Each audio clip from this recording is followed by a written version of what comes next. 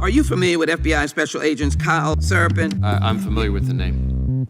Is that yes? I'm familiar with the name. Familiar with the name. Let's bring in Kyle Seraphin. He's the FBI whistleblower who helped expose government censorship of our First Amendment rights. Now, we only have this memo because a recently suspended FBI agent called Kyle Seraphin brought it to the public. And we're grateful that he did. Kyle, thank you so much for joining us tonight. He's the host of something that strangely is called the Kyle Seraphin Show. Kyle Seraphin, I can't thank you enough for speaking out. I knew you guys were out there, and I knew it was just a matter of time, but you got a lot of guts putting your face and your name to this. You're doing a service on behalf of the American people, and from the bottom of my cracked and broken heart sometimes, thank you very much. Take a look behind the curtain with a real whistleblower and American patriot. Prepare to embrace the uncomfortable truth because this program has no time for comforting lies. Here is civil liberties enthusiast, Second Amendment defender, and recovering FBI agent Kyle Seraphin. Well, hello, my friends. Welcome to the Kyle Seraphin Show. Today is Wednesday. It is May the 22nd, and we are rolling live right now on rumble.com/Kyle Seraphin. If you're listening to us anywhere else, if you're listening on X, if you're listening on YouTube, come join us on Rumble. I'm probably going to kill the feed on YouTube midstream. There is an easy way to go do it. You're going to see the link right here. Go to rumble.com/Kyle Seraphin. Make the switch. Why is that? Well, that is because we continue to tell you things that are true and obvious and fair, balanced information that is based on experience and based on evidence. And that means that you've got to be destroyed when you're sitting over on YouTube. We got our little strike yesterday for talking to you about COVID. If you guys saw yesterday's show, it got destroyed. It got removed. And they claimed that it was 54 minutes in. Interesting, when I start telling you that the mainstream media is pushing fear porn, that they are going to destroy that particular episode that we punched out there. It's not the first time that they've removed one of our episodes, but it might be the last time because I just don't care. And yes, obviously we're getting censored and throttled there in a big, big way. It's not good. It's not a good game. So today we're going to talk about something that's very uncomfortable for most of you. It's something that we are going to get into in a big way. The question is this, conservative folk. I've asked you, what are you conserving? And I'm going to give you an option. You can be involved in the business of truth, or you can get into tribalism. You can't do both. You can only serve one master in this case. Truth or tribalism. That's where we're going today. Before we do, I'm going to thank my sponsor real quickly. Thank Patriot Coolers. Guys, if you want to get your own, a lot of you have been tagging me on social media. I won't be seeing them on Twitter for a little bit because I'm going to take the week off because it's awful there. But this is one of mine. I got one in white that also looks awesome. You guys are all getting the Suspendables merch put on your tumblers. Totally good looking stuff. I've seen you do it on the big water bottles. I've seen it on the tumblers. I've seen it on the coffee cups. They look awesome. You guys are doing a great job. And I appreciate you going to patriotcoolers.com. With my promo code, it's basically free to do the engraving or the etching. You can also get it printed on there. Those are two options. Go to customize, go to stock art, and then go down to the Suspendables tab and you can add it. There's some other things you can add on there as well. If you want to add like a first responder flag or other things, you can do kind of a little mixed bag of the Suspendables and some of their other stock art, which is really good looking stuff. It really is. They make an outstanding product. And as Garrett told me yesterday, it is superior if only for the fact that you can screw on the lid and then it is like a leak-proof seal. Really good stuff from patriotcoolers.com. Promo code Kyle, Kyle, saves you 10%. Free shipping for $50 or more. Get yourself two and then you will clear that threshold. And you'll be like the Suspendables, who have at least two. I sent 3 to Garrett. I sent 2 over to Steve. Yeah, they're my sponsor, but I want my guys to have good stuff, and they do. So today, you guys ready for this? When you are a whistleblower against the federal government, when you're a whistleblower specifically against a law enforcement agency, it requires a thing that I would call examination of conscience. It makes you look inward first. You have to evaluate, is the thing that I'm saying true, or did I miss the thread? Is it possible that I'm wrong and everybody else is correct? Because they're all doing this thing. To become a whistleblower, you have to have a little bit of faith. You have to have a faith in your ability to discern what is true and what is false. You have to believe that the thing you're doing is righteous. And you have to stand against the many. You have to step out in front of a group of people that accepted you, in this case, that pay you, a group of people that have some scary authorities, especially when you're dealing with law enforcement. You have to step out in front of a lot of people, and they are all looking the same direction. You have to look back in their faces and say, you are all wrong. Every one of you is incorrect. And some of them know that they're incorrect, and some of them don't. Some of them think that they are actually in the right. Those people I don't have as much problem with. They're just confused. But some of them know what they're doing is incorrect, immoral, illegal, unethical, and they have to go along with it anyway. Those are the people that are really dangerous. But all of those people are called the ordinary men. In the trials that happened in Germany, Nuremberg, not in Germany, yeah, so the post-Nazi era trials, what did they do? They went out there and they tried to root out the so-called good Germans. The good Germans were people who went along to get along. This is exactly what the suspendables stand against. Let me show you something.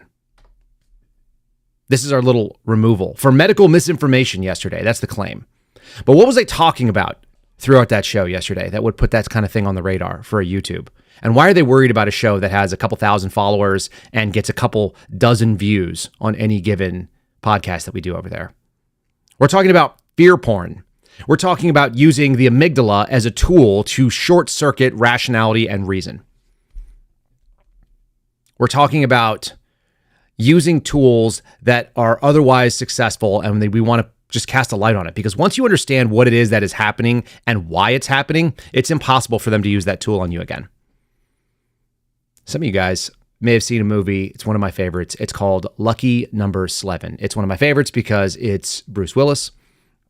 I've always felt like Bruce Willis and my dad had a lot in common. I don't know if any of you guys are in my age bracket and saw that kind of thing, but they sort of look the same. They sort of have the same kind of sense of humor from what I can tell. And there's a little con game that's played in Lucky Number 11. We're going to talk about that at the end of the show today because it's what's happening. But I'm going to tell you, you got two choices. The choice is tribalism or truth. Truth, with a capital T, means that which is actually happening. A factual reality that can be agreed upon that exists outside of your emotionality and any of the lenses that you have or any of the covers that you are seeing. Tribalism is when you say, it's my team. And a lot of people right now on the political right are going for tribalism. They're all in on it. They're in on it to the point where it is a weapon that can be used against them.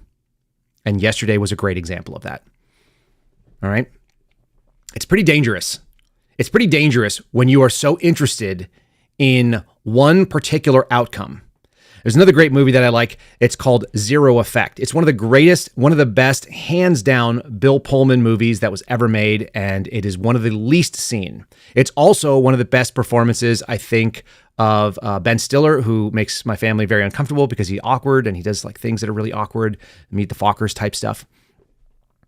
What they explain in this movie, Daryl Zero, which is based on the life of Sherlock Holmes. It's a modern take on a Sherlock Holmes, someone who's sort of socially dysfunctional and unable to kind of process reality. But he has this objective, clear view because he's outside of it. He's not really a person.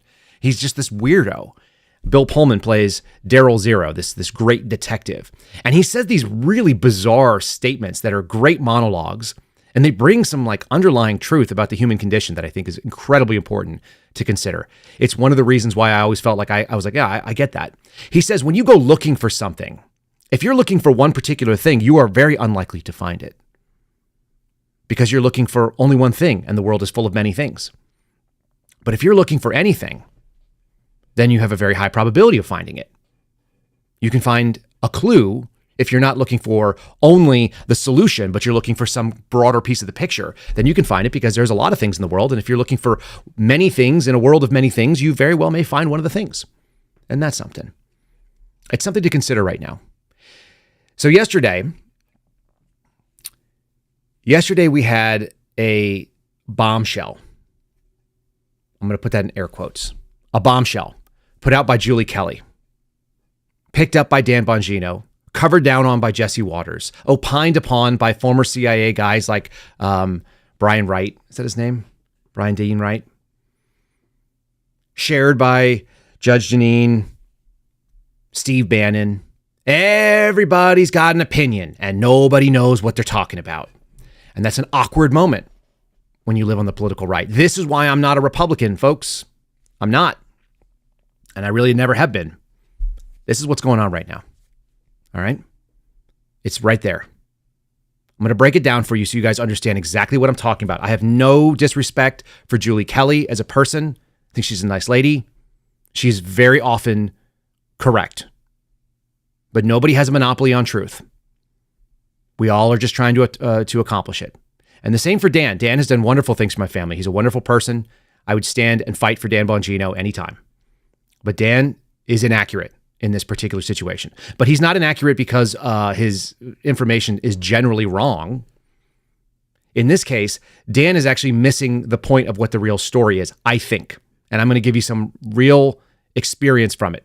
Now, people always like to mistake wisdom equals like age equals wisdom. And that's not true. It's age plus experience. It's time plus experience in that particular category will give you wisdom in that area. So, in the case of the story of the FBI bombshell saying that they authorized deadly force at Mar-a-Lago, everybody that is taking this one tinge on it is wrong. They're absolutely wrong. The outrage should come from the following. The FBI executed a search warrant at Mar-a-Lago. That's the end of the story. It's outrageous on its face. It's the first thing that I sat with Dan Bongino and talked about. I was appalled.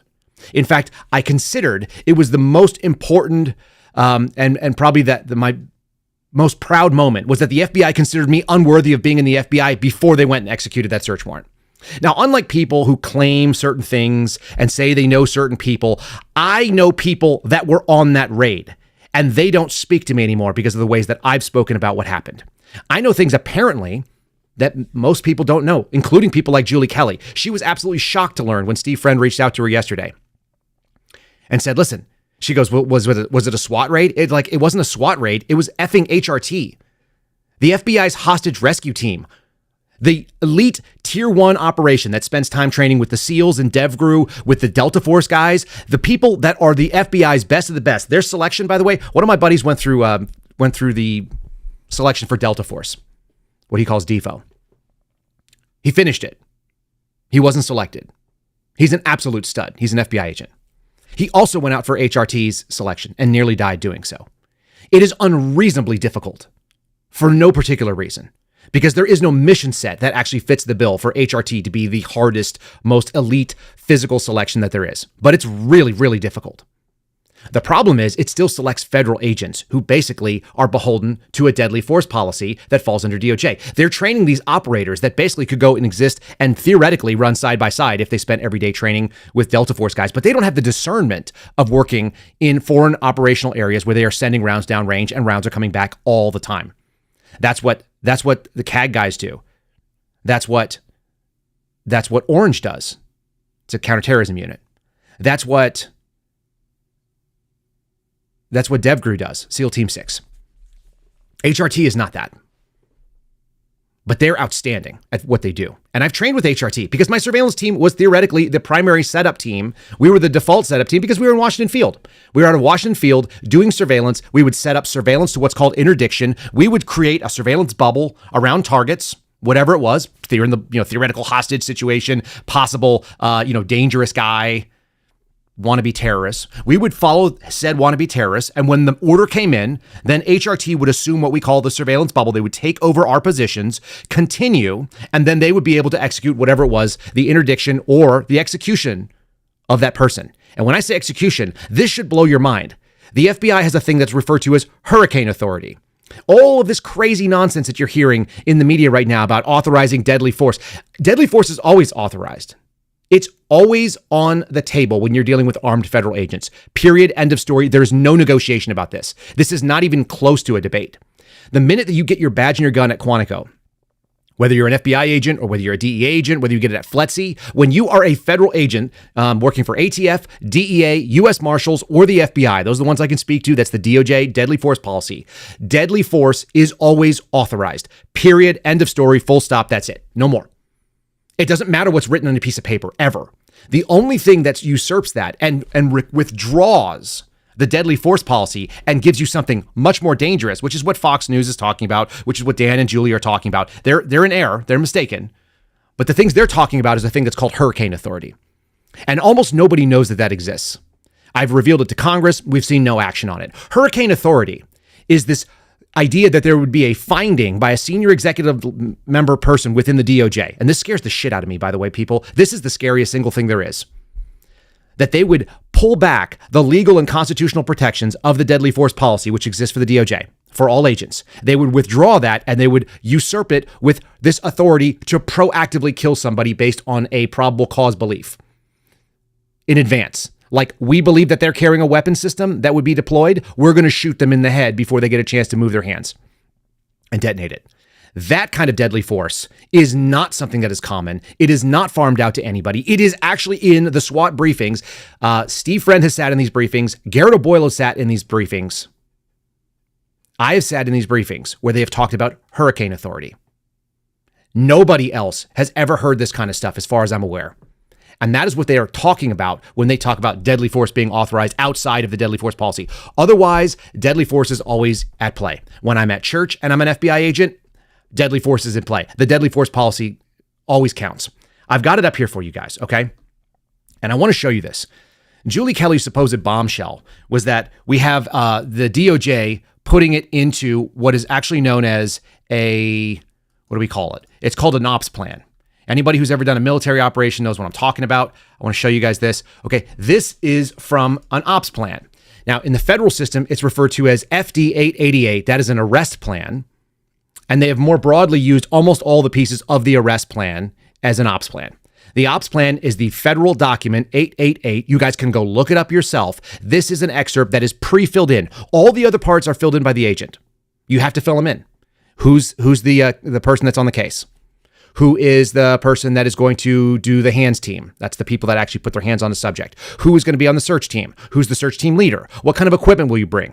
How many boxes are we going to bring? Every single thing is nailed down, because when you leave things to chance, you leave things to failure. That's the way op plans are written. Anybody who's been in the military knows exactly what I'm talking about. That doesn't mean that this plan doesn't go to shit the minute you go and do something.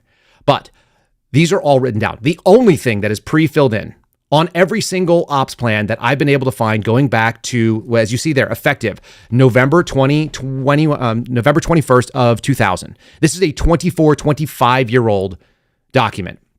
The newer one has the more extended deadly force policy, which I'll read you in a moment. But I don't need to read it to you because I know it by memory. The newer version of it will tell you the deadly force. It is always pre-populated because it is always on the table. As you guys are losing your minds on the chat a little bit, let me just say, again, this should never have been a search warrant. This should have been a consensual search in the same way it was done at the Biden residence. In fact, for those of you that have been paying attention, and very few people have paid attention the way that I have, or Steve or Garrett has, Steve D'Antuono, the assistant director in charge of the FBI's field office in Washington, D.C., the FBI Washington field office, which is where I used to work, Steve D'Antuono was my boss. Steve D'Antuono has said nasty things about me in front of Congress. Incorrectly, by the way. He doesn't know what he's talking about. Steve D'Antuono said it should be a consent-based search. And he was supposedly overruled by people below him, which was the special agent in charge of the counterintelligence program that executed this raid. By the way, that was my boss too, for a period of time. I knew the people on that floor. I worked there for 2 years. On that specific floor, not just in the building with these people. There's like 1,000+ agents that work for Washington Field. I worked with the people that specifically engaged in the Mar-a-Lago raid, and I speak to none of them anymore. You get it? This is a real big problem for me that they executed a search warrant on a former president's house that was protected by the Secret Service. That's absolutely, categorically a stupid and dangerous and irresponsible decision. And yet, the paperwork that they did is completely normal and not a bombshell. It is a joke. Because people don't know what they're talking about. They did not authorize deadly force. Look, this is, and I'm going to tell you why this is so dangerous. I'm going to tell you as we get going here. Let's do Brett Baer first. He's the one covering it. It gets like more and more breathless as people go on, and they get more and more hyperbolic. The right is being whipped up into a frenzy into this. And I'm going to caution you right now. That is exactly what is at play. That is intentional. Okay, here we go. Brett Baer.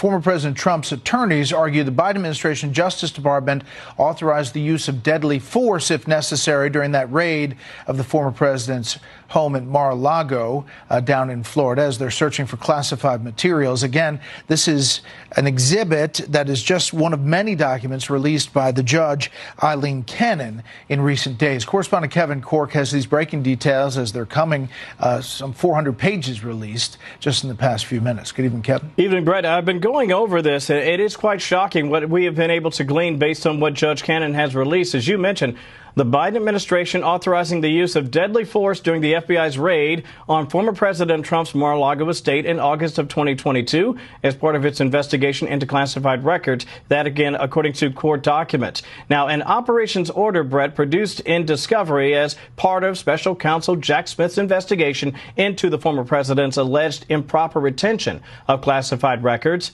revealed that the FBI believed its objective for the Mar-a-Lago raid was to seize classified information, NDI, and government records as described in the search warrant. Here's where things get very interesting. The order, according to a court filing, contained a policy statement regarding the use of deadly force, which stated, for example, law enforcement officers of the DOJ may use deadly force when necessary. That's not the interesting part. There's nothing interesting about it. Let me just show you what that looks like. This is actually available to you right now. You can go to DOJ's website. You can go search for 1-16.200, the deadly force policy. Law enforcement officers and correctional officers of the Department of Justice may use deadly force only when necessary. That is, when the officer has a reasonable belief the subject of such force poses an imminent danger of death or serious physical injury to the officer or another person. I have said this upwards of 1,000 times because I briefed this every single day when we did surveillance. Because every single surveillance operation was an operation. And as you just heard the Fox News guy say, it was an op order. An op order is not a search warrant affidavit. It is not a sworn statement. It is simply a specific document meant for a specific audience. I'm going to give you guys an analogy. It's very important to understand this analogy. If you're sitting at a restaurant and you hear a couple next to you at a table telling a joke, and it sounds really filthy, and it sounds really diminutive to the woman. It sounds kind of like a really abusive sort of statement. And they're laughing about it. Inside jokes are meant for an inside audience. This document was not meant for anybody. It's not that you can't read it. It's just that you don't understand it. You're like, I don't understand why that's funny. That seemed really abusive. That guy's saying some crazy stuff. No, it's probably from some joke that they had from when they were dating or a movie that they used to know. An inside audience has to understand what's being done. And an FBI agent who gets the deadly force policy on a search proposal on an FD 888 or an op order understands that the deadly force policy is always on the table. They simply use every single mass gathering of FBI agents as an opportunity to rebrief it. The reason why is CYA, cover your ass. Cover your ass means if you were to get involved in a shooting, it doesn't matter what operation it is. If you get involved in a shooting, the first question is going to be, when were you last briefed on the deadly force policy, and can you articulate it? And the answer should be, it was briefed prior to the operation, as is FBI's policy. It's always the policy. It has to be done within about 24 hours of doing it. They do a briefing, and then they do whatever the hit is, whether it's a search warrant, whether it's a surveillance operation. You're going to get briefed, and then you're going to go do the thing. If it's an arrest operation, etc. It's very simple. The FBI does proactive investigative steps like doing search warrants, arrest warrants, long-term investigations, etc. The Secret Service does a very small number of those, but primarily involves itself in protection. And protection is a different animal. It's defensive. It's not offensive. It's not going after people specifically. It's trying to keep people away. So they do investigative work against people that are threatening their targets. But the odds of them doing something the way that we do it is very unusual. It's not very high. Bill Shipley, who one of you just mentioned in the chat, talked about, he sent me a private message. He said in 21 years of being an assistant United States attorney, in 21 years, he signed one search warrant for the United States Secret Service. That's not very many. That's an AUSA whose job it is to review search warrants. It's not a bombshell, folks. I'm sorry. The bombshell is that the FBI went into Mar-a-Lago. That's flipping crazy. It's absolutely insane. It's insane that the assistant director of the field office that was like running the investigation said we shouldn't do this. And they did it anyway. They overruled him from above and below in headquarters and also in his own field office. That's freaking crazy. That's the bombshell. But that already happened. So now we're stirring up outrage and things that are wrong. It's mistaken. So here's Julie Kelly talking about stuff. Unfortunately, I reached out to Julie Kelly very privately. And I told her, I said, look, I'm not mad at you. I'm disappointed. You have access to people like me and Steve Friend and Garrett O'Boyle, two guys that are former SWAT, one guy that was SWAT. Like I was on the all the SWAT operations for Washington Field for years. I showed up at all of them because I'm a medic. I was one of like 50 medics in the FBI that was an agent. I got brought into all this stuff. I went to trainings with HRT. I went and taught at the SWAT basic school. I know how these things go down because I've been in dozens and dozens and dozens of these briefings. Like probably at least 60 SWAT briefings, plus whatever search warrants I've done with other squads. I'm not telling you this because I want to defend the FBI. The FBI should be disbanded. It is my general contention that it is a threat to American civil liberties in a big way. It's the scariest thing to me. It's way scarier than any other government agency. But that's what I've been talking about for 2 years, folks. Deadly force is always authorized. When you have a group that uses national security tools and then also has the ability to take your life at any time should you meet the threshold that I just read to you in the deadly force policy, where they can articulate that you're in imminent danger of death or serious physical injury to the officer or someone else, then you are screwed. And that's why we're screwed with the FBI being the way it is. We cannot have it be the way it is. But that has nothing to do with this. These are people getting whipped up about the wrong thing. And I'm going to tell you in just a moment why I think this is. George Hill and I compared notes after our discussion. And we both came up with the same conclusion. The answer is what you're seeing right now is called rope-a-dope. And it's a 5th generation warfare version of rope-a-dope. Here's Julie Kelly on Bannon. And this is embarrassing stuff. Bannon's wrong. Kelly's wrong. They're all wrong, folks. I can't help it. Just everything. No, picking the lots in the room. Right. And no. They're all, but no, there's one lead and this is it. They actually got authority for use of deadly force. And they had plans for casualties. They brought a medic. They had plans for casualties. They had a trauma center set up, and they had a map to the trauma center. That's all part of a component of one thing, I take it, Julie Kelly? Correct. This is part of the plan to conduct the 9-hour raid, armed raid of Mar-a-Lago. And I know some other people are extrapolating that this was a plan to harm the former president or someone at Mar-a-Lago, staff, God forbid his family. I'm not so sure that that is where this leads. But it's not. I'm just asking questions. I'm just saying suppositions of things that I have no experience in and I have no knowledge of. This woman, like, she doesn't know. She's never sat in an FBI search warrant briefing. Ever. No chance. Sorry, Julie Kelly. They're talking about how they were in plain clothes. There's no uniform for the FBI, folks. There's no uniform. I was never given a uniform. It doesn't exist. SWAT has a uniform, and they regularly and on a frequent basis go in street clothes. Why? Because then you can disguise a SWAT hit to look like a regular agent search. HRT does it all the time, too. They have a uniform allowance for it. To be able to buy street clothes, they'll go out and buy flannels or construction outfits. They've told me great stories. Really, really good stuff. Like sort of tier 1 level thinking, where you know that a subject comes down the same road every single day. So you put a construction unit out there that's just digging a hole and filling it in all day long. And so there's a flagger and there's a guy wearing the vest. It just turns out every one of those guys is actually carrying an AR underneath all that stuff. HRT does this. And then what they'll do is they'll block the guy and another freaking dump truck will come in and drop a whole load of dirt on the back of the guy's truck. And while he's trying to figure out what the hell happened, rifle in your face, nobody moves. Okay, it's a great technique. It's called Tactical Surveillance to Interdiction. TSI is the acronym. My team used to set this sort of thing up for dangerous people. It's safer for the subject. It's safer for the operators. Sorry. It's not crazy to be in street clothes. I could easily do a search warrant in this. I could do it in anything that any of you are wearing, even a dress. There's probably an articulation for all of that. None of these things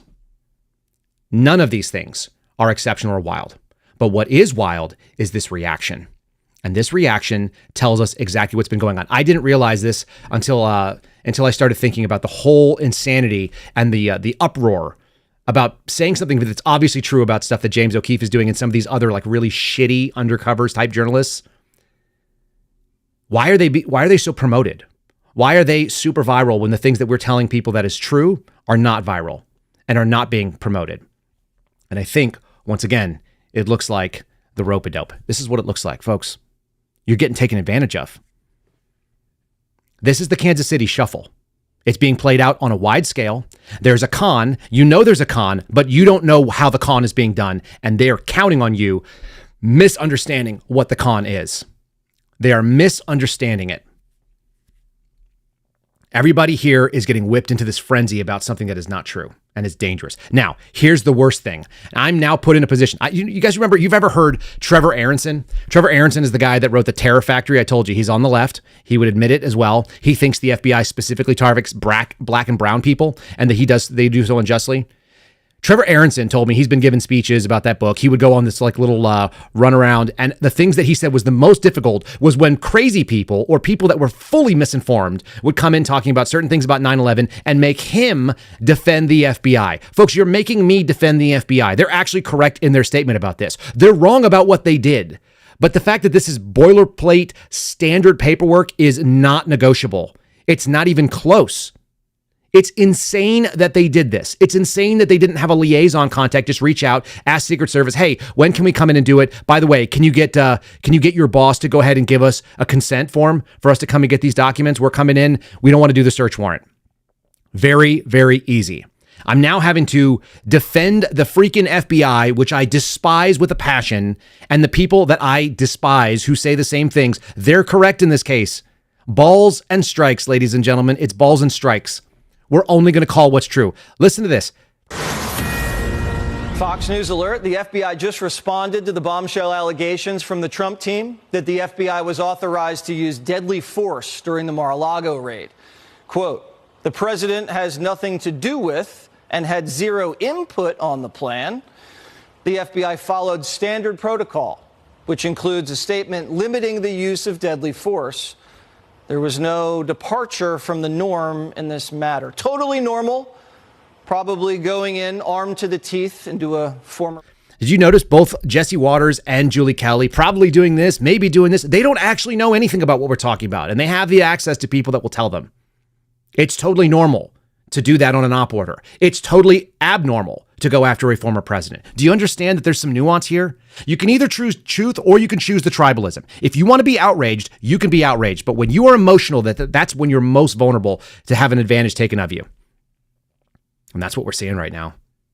People, there's a lot of real threats that are happening out there. This is fifth generation warfare being used as a rope-a-dope. They are burning you up with all the chaos. The FBI, the CIA is coming after you. Look at this, get really outraged. And you're like, oh, I know I'm going to be conned. What is the con? The con is, can we get enough factionalization on the political right to divide and conquer? Here's my supposition. Look at the political left. How do they operate? They operate in a world where they're unified.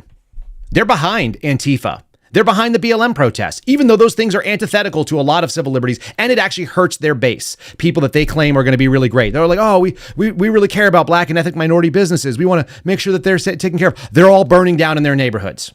They back the Antifa play. Why? Because they back all plays on the left. The left is united. In a very, very small amount of time, we're seeing a small divide between the Free Palestine idiots and the people that are in the mainstream left. But generally speaking, they'll even call cover for that, and you'll even see that the people in the mainstream left will tack more towards the Free Palestine people. Why? Because they're united. So you can buy them. You can buy them off. And they do. They will buy them off anytime they get a chance. Okay? The buy off is like, how do we give them something that they want? I just saw this on ABC. Biden administration is canceling student debt loans for another 160,000 borrowers. We need young people that are dumb and don't know anything. We're going to tell them that they're getting free money from the government. That's how we do it. We buy them off on the left. What do you do to the right? The right is unified behind a guy like Donald Trump. Even people like me who are not like big pom-pom cheering Donald Trump guys, what do we say? We say it's an obvious choice. One guy is pro-death, loves baby death, leaves an open border, makes things markedly worse in the financial situation for my family. That's easy. Trump's the choice. It's a default choice for me. It's not my best choice. My best choice isn't running for office. I'd put Steve Friend in there. I'd put Garrett O'Boyle in there. They're all better options. They love America as much as anybody, and I think that they are beyond reproach. Those are my better choices. But I've got one choice, and it's very clear. It's not Joe Biden, and that means we're 100% going towards a Donald Trump. So how do you break that up? Everybody on the right is on the same page. But the right can be factionalized. Why? Because we care about truth, and some of us are very tribal. We see people like Laura Loomer attacking people for their loyalty to Donald Trump. That's not required. That's not required if you're a conservative. Loyalty to any politician is not required. That's absurd. We don't elect kings. I don't elect a king. I don't elect a role model for anybody. I just want someone who's going to do a good job. I don't care about the politician per se. I care about the outcome of the politician. And if that's going to be better, then that's my choice. It's very simple. It's rational. It's not emotional. It's not based on cult of personality. So how do you divide that up? Well, you got to find the people that are interested in cult of personality, and you got to pit them against the people that are interested in rationality. You have to do that. Okay? They're doing that right now. How many of you are mad at Jenna Ellis, who agrees with like 80% of what you say and is a political ally in almost everything you want to do? How many of you are mad at Ron DeSantis because he decided to throw his hat in the ring in a primary like everyone has done forever? People always throw their hat in the ring for a primary. That's what they do, particularly when you don't have an actual incumbent. Now, Trump is sort of like a de facto type incumbent, but he's not an actual incumbent. He's not sitting in the office. You're not running against him. And we even had debates historically in my childhood and in my lifetime where you would run against the incumbent. People did it all the time. They didn't go out there and try and demonize those people that followed that person. We're talking about cult of personality and tribalism and the interest in just what's true. If you are only interested in what's true, then it doesn't make you emotional to find out that the thing that always happened. Here's the real outrageous thing that happened at Mar-a-Lago. They treated it like every other raid. That's actually the bombshell story. They treated it like every other raid. In fact, they actually upped the ante and they brought in HRT. HRT is brought in for like the most dangerous operations, and then sometimes when they need stuff. They bring in HRT to Puerto Rico to do this thing called Operation Guard Check every year because they think they're going to have to shoot it out with the Puerto Rican state police. That's who they bring in HRT for. They bring in the HRT guys when they think that there is a high probability of having to engage in very sophisticated tactics.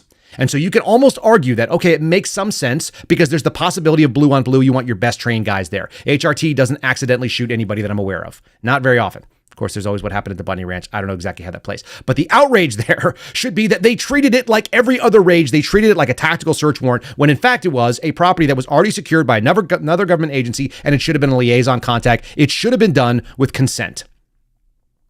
And how do we know it should have been done with consent? Because they did that for Biden. That's how it should have been treated, not the way that it was. That's the outrage. Not that they wrote the deadly force policy like they do on every other damn search warrant. From the first day that I started in the Washington field office, my first day on the job in December of 2016, I read the deadly force policy. I read it from a little piece of paper that was in my wallet to all the agents there. Not only do they read the deadly force policy to everybody that's an agent, they also say for any other law enforcement that's part of the task force, which is commonly the case. You'll have people from State Department, you'll have Secret Service. If there's one of those people on a TFO for like a JTTF, that's a Joint Terrorism Task Force. If you have any other local police officers, state PD, you will say all other officers are not covered by DOJ's deadly force policy. You stay within the policy for your own department. That's actually the add-on when you have task force officers there. It's standard. It's read every time. People are getting heated up about the wrong stuff. And in the meantime, this is going on. Cyber attacks on the water system are increasing. EPA warns, urging utilities to take immediate action. Okay? It's fear porn and devise. They have to divide up the right. They're going to give you things to be fearful of, and they're trying to tell you, look, it's the next COVID outbreak, right? It's the bird flu that we talked about yesterday. That was apparently medical information that was mis, dis, or malinformation, according to the YouTube folks. I strive to be malinformation. Things that is inconvenient to the narrative, and that can be on the left or the right. I'm only going to tell you the things that I know is true, and I'm 100% correct on this. If you have more experience than me as an FBI agent, and you know for a fact that in your experience they never read the deadly force policy for every single one of the search warrants, please come forward. I will give you a seat, and you can have the microphone for an hour. Easy. There isn't one. I've even talked to people that are in Trump's investigative team that are former FBI guys, and they all know what I'm talking about. This is an opportunity for the Trump team on the legal side to make, hey, they're making an argument. They're making an argument in a court filing. What they are not doing is telling you something that is factually true. They're trying to craft an argument that is the purpose of the lawyers, and they're allowed to do that. They don't have to say things that are objectively factual. It can be played with. And when they do that, they can push it any way they want. But if you are part of the MAGA base and you are going to be conned in by what lawyers are trying to slant an argument in court, then you are the mark in this case. You're getting outraged about something that's very dangerous. And in the meantime, the left is uniting behind the things they want to do. They're going to tell you about the big thing. Look, cyber attacks. It's on water systems. That's why we got to crack down on your speech. That's why we need to do AI filtration. We need to go out there and be able to have better control. We need federal control of your local water in case we want to turn that off and create real chaos in the streets. It's a cyber attack, folks. CISA's out there. It's really dangerous. The Cybersecurity Infrastructure Security Agency. Yeah. So they need to go out there and make sure that they take over all of your water supply, your electrical power grid, all this other kind of things. I always tell you guys, you got two options, prepare or repair. Right now, you're in the middle of it. So you can do a little bit of both. You better start repairing what you're thinking about if you think that this is only about a bombshell reveal. This is a federal judge who just released some basic paperwork. If you're making a mountain out of this molehill, what's the end game? What's the goal there? How about this stuff that's happening in North Carolina? North Carolina lawmaker fights anti-state masking law. You got people on the political left. She's a Democrat. She is trying to make sure that they have the public health carve out. We talked about fear porn yesterday. One of the big pieces of it is this new avian flu, this H5N1. That's the COVID variant of November 2024, it looks like. At least that's what they're floating out there. Can we get people scared about it? You've got the people on the political left running with it, even though they admit it only killed one person so far, and it's not a big deal. That's how it started with COVID. That's just how it starts. We get you whipped up into a frenzy. You get the left really excited about wearing masks again and lockdowns, and the government needs to take over all of the infrastructure. You get the right divided on who's the most conservative and who's saying things that are on Team Trump or on Team Republican. Now you can fight. Now you can fight against them. And they're wearing you out, y'all. They're wearing you out. They're giving you all this fear porn. It's coming from all sides, including Fox. They just keep you against the ropes. They'll just wear you out about all the things you're outraged about. And there's two possibilities when you're that outraged. Two possibilities exist. Thing number one, you're too tired to fight in November. You've been outraged for the whole year. You've been outraged for 4 years. You got nothing left. You're empty. It's all out of the tank. That's a real rope-a-dope, right? That's you let your opponent punch themselves out. But the other possibility is this. They've been setting you up for one thing. Outrage, outrage, outrage, outrage. And then something really wild happens. Like what happened in Waco. The government really steps over the line. And when they do, somebody reacts. And that's exactly what they need to be able to come in and do the thing where there is no election. Because we've got martial law in this country. Because we got to be able to step beyond it. I keep telling you that my friends who care about this stuff always worry. Is there a better than average chance? Is there at least an average, a 50% chance or around there that we won't even have an election in November? Everyone keeps talking like it's an assured thing. Not right now. All bets are off. And the reason why I don't trust anything that comes from the left or the right is because people like Fox News were also running the same death counters. And they were also concerned about the same things with COVID. Everybody's playing that same game. You can't tell me there's a uniparty and a blob like Mike Benz likes to talk about and then not act like it's a flippin' blob. And anybody can be conned into this, especially if you are emotional about it and you are tribal. If you have a tribal attitude, you will not be willing to seek the truth. It's hard to deal with that, folks. I did a podcast with Catholic Vote very recently, and it's going to be coming out, I think, on Thursday. It'll be worth your time. But consider this. Inconvenient truth is a very Christian phenomenon. And it costs you something. It costs you friends.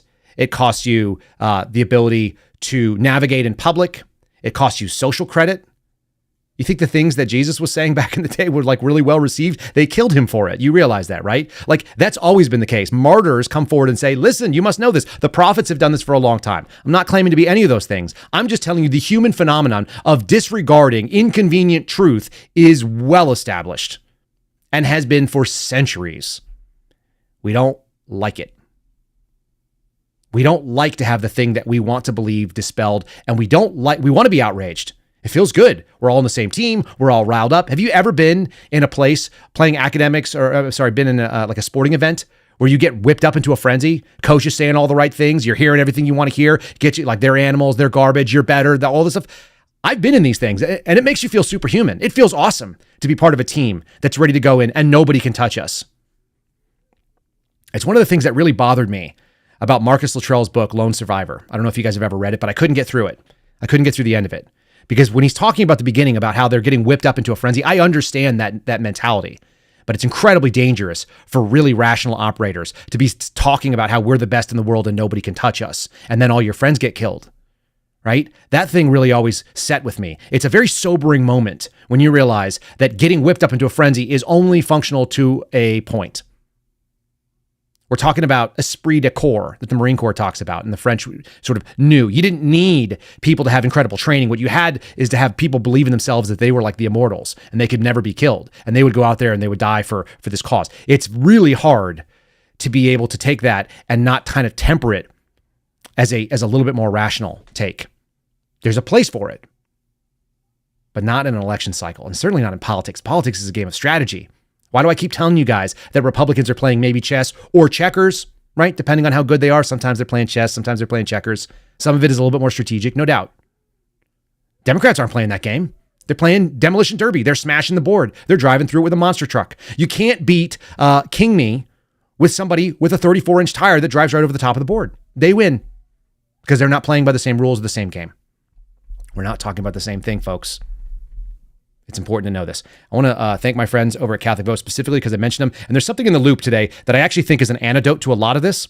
If you guys are not getting the loop, go to catholicvote.org, sign up for the loop. There's actually a link in the show description you guys can click through. And I think they have like they're tagging the people that are referring folks to the loop. You should get it. It's a great email. There's a bunch of stuff about news, all kinds of different perspectives. Today, there's one that's really interesting in there. There's an article that's called Be Like Jesus, Have Parties. That sounds pretty good, doesn't it? It says, where did Jesus do the most of his teachings? At house parties, at dinner, around the table with food and drinks and friends. But modern people have such packed schedules that these meals are becoming isolated and focused on efficiency. That is not good for a life of faith. Bring back dinner parties. There's an entire article making the arguments that when we have neighbors come in, and this is something I want you to understand, this is where I'm coming from with this. Again, catholicvote.org, go and sign up for the loop, get that and read this thing. This is the really important thing. Think of every time that you've had a married couple over, friends of yours, have them come over for dinner. And what do you do when they leave, when you and your spouse are standing there? You do the same thing I do. I know you do because I've seen everybody do this. Everybody judges that person. Well, they do this. They're kind of weird about that. Like, do you remember when they said this? Like, why did they say that? Everything we do as human beings is judgmental. We are meant to do that. We are programmed to do this. And you do it too. I know you do because I do it and I've seen everybody else do it. When somebody comes over to your house and they have some quirky nuance that's not 100% the way that you do business, whenever those people leave, you guys cut it up and you Twitter and you compare notes. Why is that? Because you and your spouse are supposed to be like a united front. And the people that come into your house are not you. They don't do things the way you do. They do a lot of the things you do. That's why you're friends, but not everything. If you agree with people 80% of the time, like you're really close. I always told my buddy, I have a friend who's in the FBI right now. And he and I agree on like probably 93, 94% of the things. When we find that 6% that we don't agree on, it is a really, really weird moment because we're so used to agreeing on things and it gets really contentious. But it's really important to remember, hey, you know what? I don't have to agree with everything that my friends do or say. One of my friends told me that he thinks he's one of my best friends in the world. I would do anything for him. He told me he thinks that there should be unlimited money given to Ukraine at the cost of like his children's future in this country. I think that's a crazy impression. We're not friends anymore. We just don't agree. Folks, we don't have to agree on everything. But when there is an opportunity to look at truth, we should also question ourselves when we are looking at, and somebody's telling us, look, I have more experience in this. I'm not emotional about this. And I'm telling you, you're wrong. But I still love you. I still care about you as a person. I don't want you to be wrong. I'm not telling you because I want to be right. I'm telling you because I need you to be right as well. We should at least consider that perspective because it's not a crazy thing to do. It's not crazy to disagree. It is crazy to lose your mind and get angry and tell people that they're useless. It's crazy to me to come out here, this guy, Brian Dean Wright, I guess he was in the CIA. I don't know anything about this. He says, spoke to my friend still at the Bureau. No one thought it was wise or prudent to have an authorization of deadly force in the Mar-a-Lago raid. I know for a fact you don't have any friends in the FBI that said that. You know why? Because nobody would say that. That's an FBI agent. Even the people that I despise that are in the FBI would argue against this. It's nonsensical. And in the meantime, we've got Jim Comey out there talking about how Trump is an existential threat to democracy. And so he's going to do things that he didn't do before, that he set it up in the first term, and now he's going to knock it down in the second term, and he's going to go after his political opponents. They're literally doing the thing. It's the Dan Bongino dipsy-do flipperoo that he always talks about.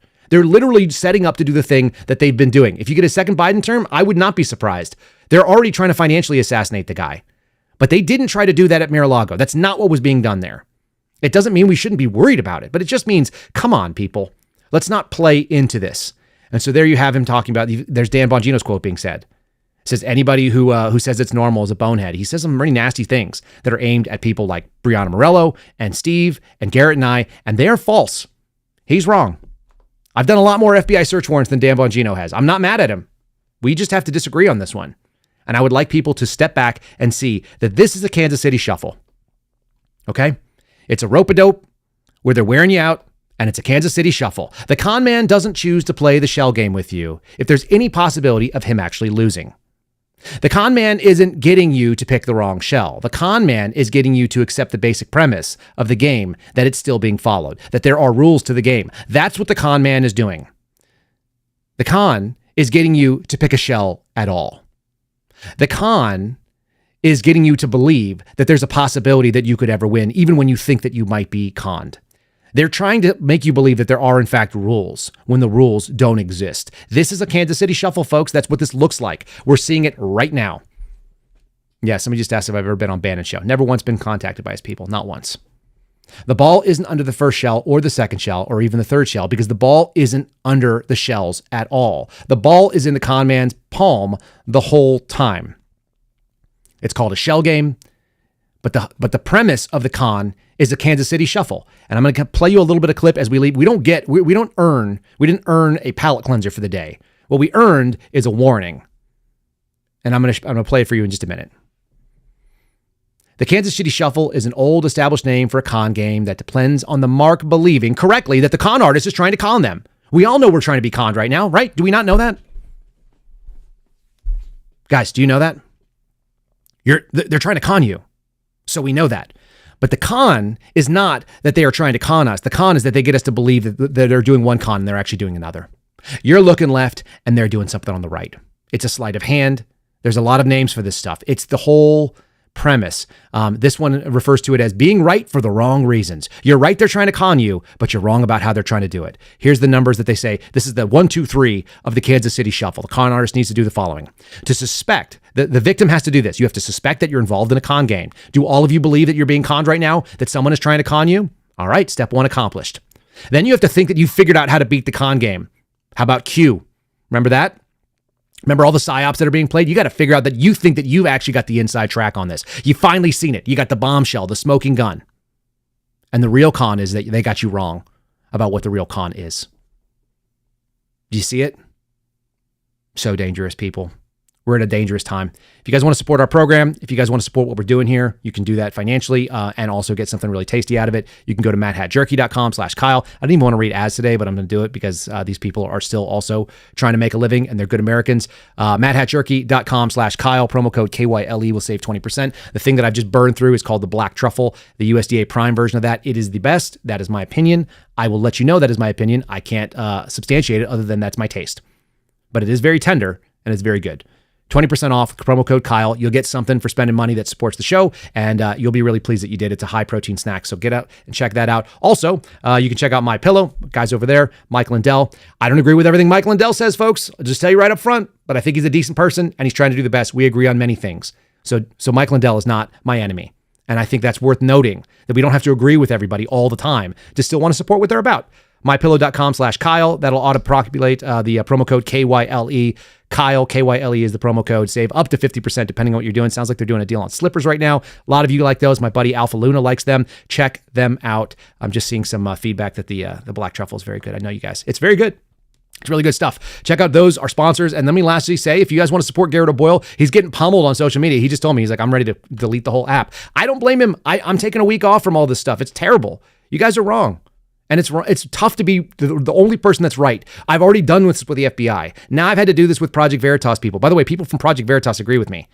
The only one who doesn't is James O'Keefe, who's a con artist, it turns out.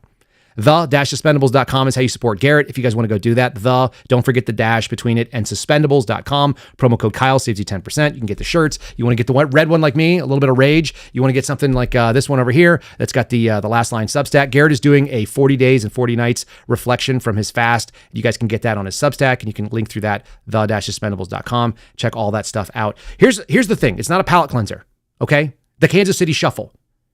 You're the young guy. The game is being played by somebody who is much more sophisticated and been doing this a very long time. The blob always looks out for the blob, and the blob always leads you to believe something that is not true. I love the way that Mike Benz describes it, and many of you know why it's true. The key is, don't mistake the fact that you know that you're being conned for understanding what that con is going to be. You should be suspicious of all the things, especially when everybody has landed on, I know I'm right. And they're all wrong. They don't have the knowledge or the experience or the time in this particular area to be able to say it. It's tough. It's tough to see it, and it's tough to call out people for being inaccurate. I don't like doing it. It's not fun for me. It actually keeps me awake at night. It's like one of those things, like calling out your friend is probably the hardest thing to do. Calling out your enemies is easy. Your enemies do evil things. You just tell them they're evil. The people that you like and you disagree with because they are doing something wrong and you know it's not good, not just for them, but for everybody. That's a real tough take. That's what being a whistleblower has been about, folks. For me, I did it. I lost a bunch of friends at the FBI, a lot of them. And I'll lose followers over this. I don't care, because I'm never going to go to tribalism when the truth is still available to me. I encourage you guys to do the same. Here's the Kansas City Shuffle. Oh, that's not the Kansas City Shuffle. That's the book we just wrote for Catholic Vote, for God, country, and sanity. How about that one? You guys can find it at store.catholicvote.org. How Catholics Can Save America. I wrote a chapter in there if you guys want to read it. All right, here's the Kansas City Shuffle. Sorry, without further ado. Story, man. Charlie Chaplin entered a Charlie Story, man. Charlie Chaplin entered a Charlie Chaplin lookalike contest in Monte Carlo and came in third. Now that's a story. This is something else. So that's a Kansas City Shuffle? No. It's just the inciting incident. The catalyst. This is a Kansas City Shuffle. They look right. And you go left. You get it? They need to push you one way and make you think you understand the game so they can play the real game. And Bruce Willis just set him up. That's what it looks like. And it looks like you end up getting crushed at the end of it in this particular case. I think that's what's being set up here. Do not get pushed over the edge and get whipped into the fury that is being fomented on the political right just as much as the political left wants to enrage you.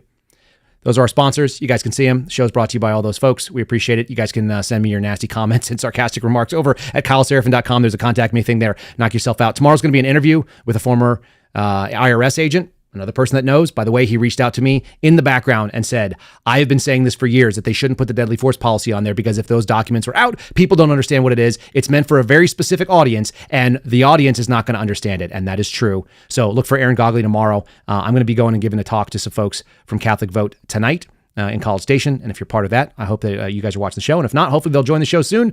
Folks, the truth matters. You can always choose it. Doesn't take much.